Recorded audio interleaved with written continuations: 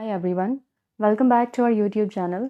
आज हम 10th class के साइंस ग्रुप के मैथ्स में से एक्सरसाइज नंबर 1.1 का क्वेश्चन नंबर 3 अटैम्प्ट करेंगे। और इस क्वेश्चन के टोटल हमें 6 सब पार्ट्स गिवन हैं एक्सरसाइज में। फर्स्ट पार्ट हम इसका ऑलरेडी सॉल्व करके अपलोड कर चुके हैं। आज हम इसका सेकंड पार्ट सॉल्व करने वाले हैं। और स्टेटमेंट हमें क्वेश्चन की ये बता रही है कि हमने बज़रिया तकमील मुरब्बा हल करना है इनको।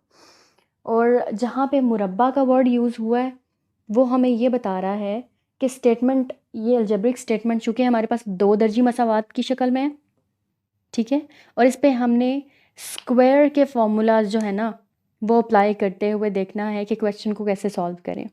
तो स्क्वायर के फॉर्मूलाज हमारे पास दो होते हैं,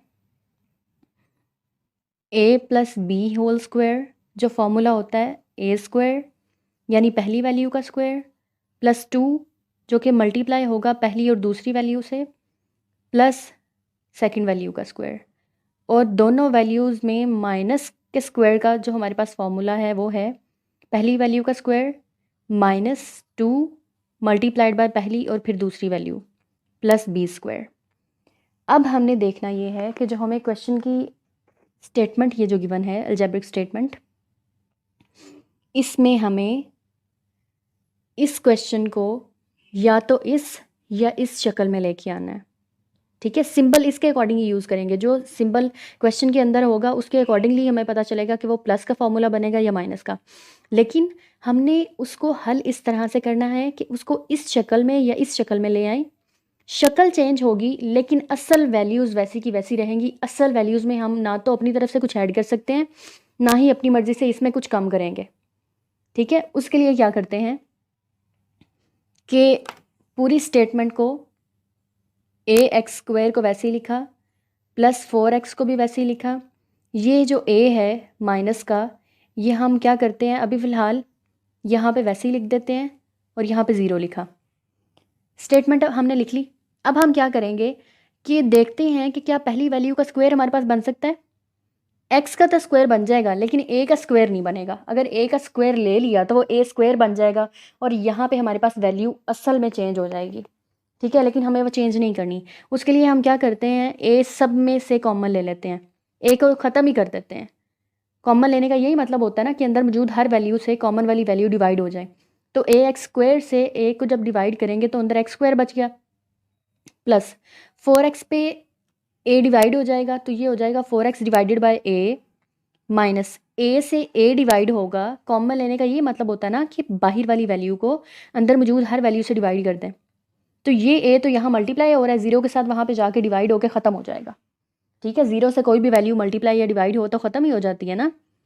तो ये बच जाएगा x square plus 4x divided by A minus A से कट के 1 बच गया इक्वल टू 0।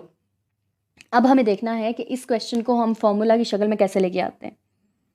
पहली वैल्यू का तो होल स्क्वायर बना लिया, होल स्क्वायर लेंगे भी तो यही इसी के बराबर आएगा ना। देखिए अगर x का हमने होल स्क्वायर लिया तो वह एक्स स्क्वायर के बराबर ही आया ना, इसके बराबर। इसमें कोई चीज़ हमने ऐड तो नहीं कर दी, कम ज़्यादा तो नहीं कर दी जिसकी वजह से यहाँ पे इसकी शक्ल ही तब्दील हो जाए, यहाँ पे 2 आ जाए 4 आ जाए, जो असल में सवाल में था ही नहीं, जो हम अपनी मर्ज़ी से नहीं कर सकते।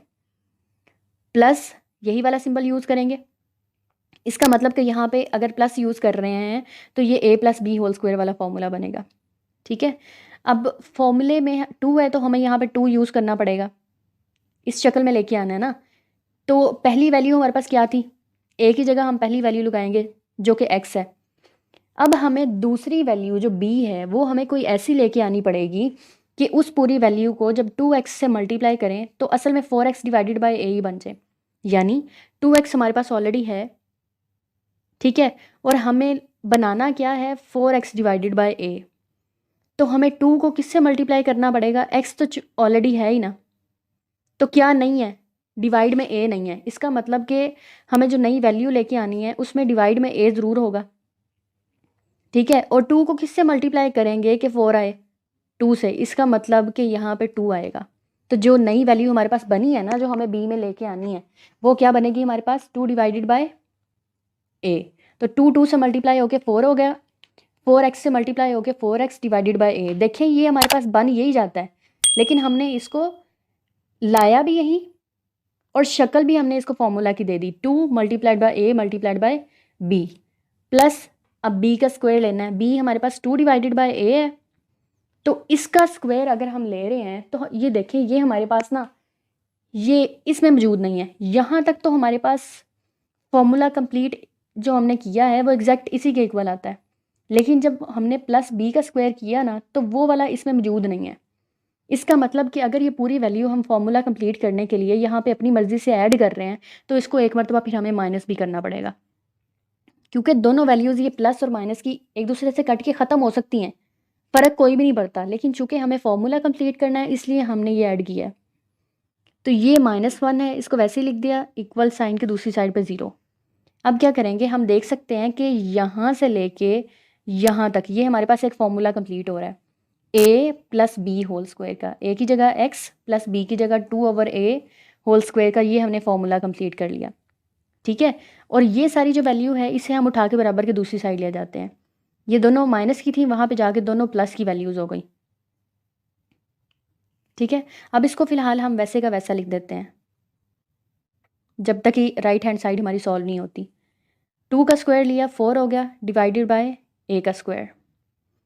अब क्या करते हैं, इसके नीचे कुछ नहीं है तो 1 है, ये दोनों फ्रैक्शंस हैं, इसको सॉल्व करना होगा। ए स्क्वायर आ गया यहाँ हमारे पास, ए स्क्वायर को 1 पे डिवाइड करेंगे ए स्क्वायर ही आ जाएगा। अब ये जो ए स्क्वायर आया है ना उसको इसके न्यूमरेटर यानी 1 से मल्टीप्लाई करें, तो 1 से किसी भी वैल्यू को मल्टीप्लाई करें वही वापस आ जाती है, प्लस ए स्क्वायर इससे कट के ख़त्म हो जाएगा। जो 1 आया है ना उस 1 को इस 4 से मल्टीप्लाई करेंगे तो 4 हो गया। अब क्या करते हैं कि हम दोनों साइड्स पे इसका स्क्वायर ख़त्म करने के लिए हम दोनों साइड पे क्या करेंगे, स्क्वायर रूट ले लेंगे यानी जज़र ले लेंगे। x plus 2a divided by 2 divided by a whole square, इसके ऊपर भी जज़र ले लिया और यहाँ पे भी a square plus 4 divided by a square. ठीक है, अब क्या करेंगे कि ये जो है इससे कट के ख़त्म हो जाएगा।